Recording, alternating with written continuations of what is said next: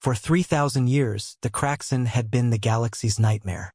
Today, they were about to meet their match. And they were bringing popcorn. Commander Thrax stood 8 feet tall, his obsidian exoskeleton gleaming under the artificial lights of the Galactic Council's neutral zone.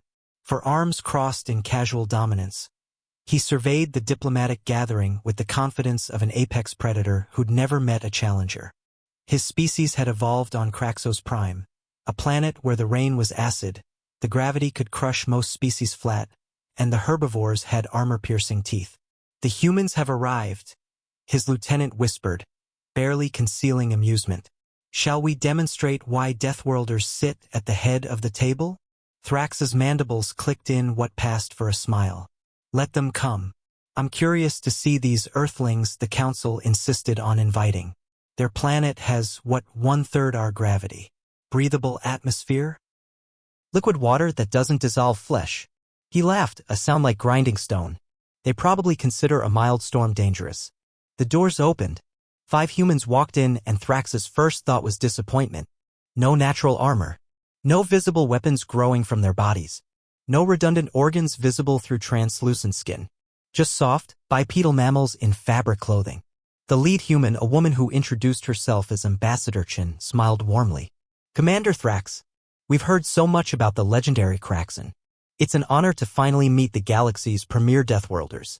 "Former," Thrax corrected, his voice rumbling like an avalanche. "Former premier Deathworlders. We'll see where Earth ranks after today's survival exhibition."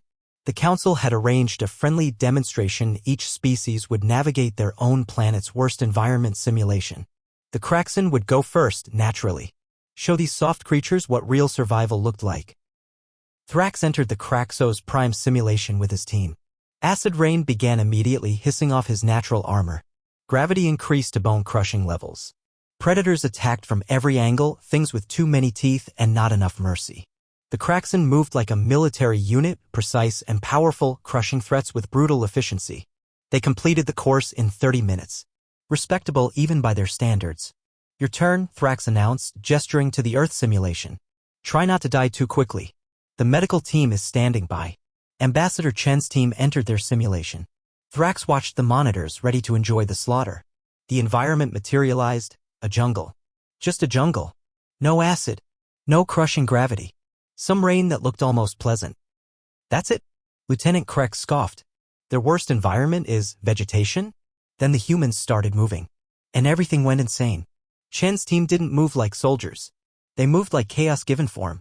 One human saw a massive predator and instead of fighting it, threw some kind of spice in its face. The creature sneezed and ran away. Did he just defeat an apex predator with seasoning? Krex asked. Another human was building something out of vines and rocks. Within minutes, he'd created a trap that caught 3 more predators. A third team member had somehow befriended a pack of wolves by sharing her rations. "They're not following any tactical doctrine," Thrax observed, his voice uncertain for the first time in decades.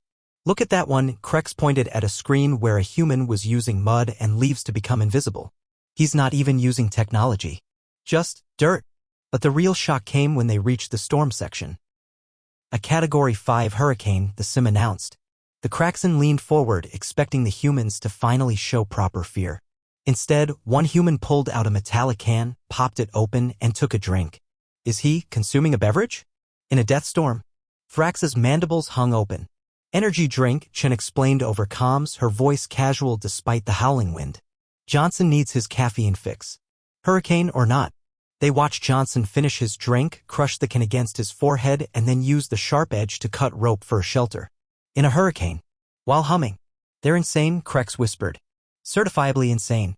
The humans emerged 20 minutes later. Not because they'd completed the course, they'd apparently decided to take the scenic route and explore. One was carrying fruit she gathered. Another had tamed 3 different species.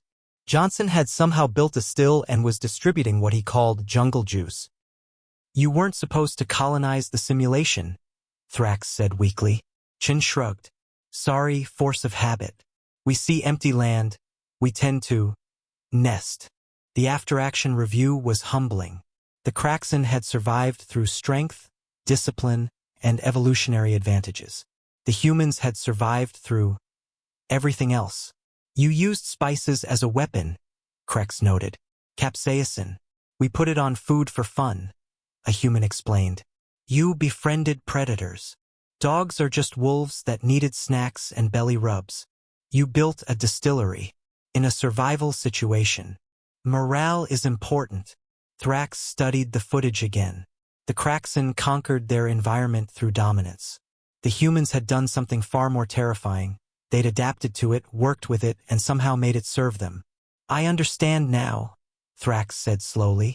Your planet isn't dangerous because of its environment. Your planet is dangerous because it produced beings who look at any challenge and think, I can work with this. Shun smiled.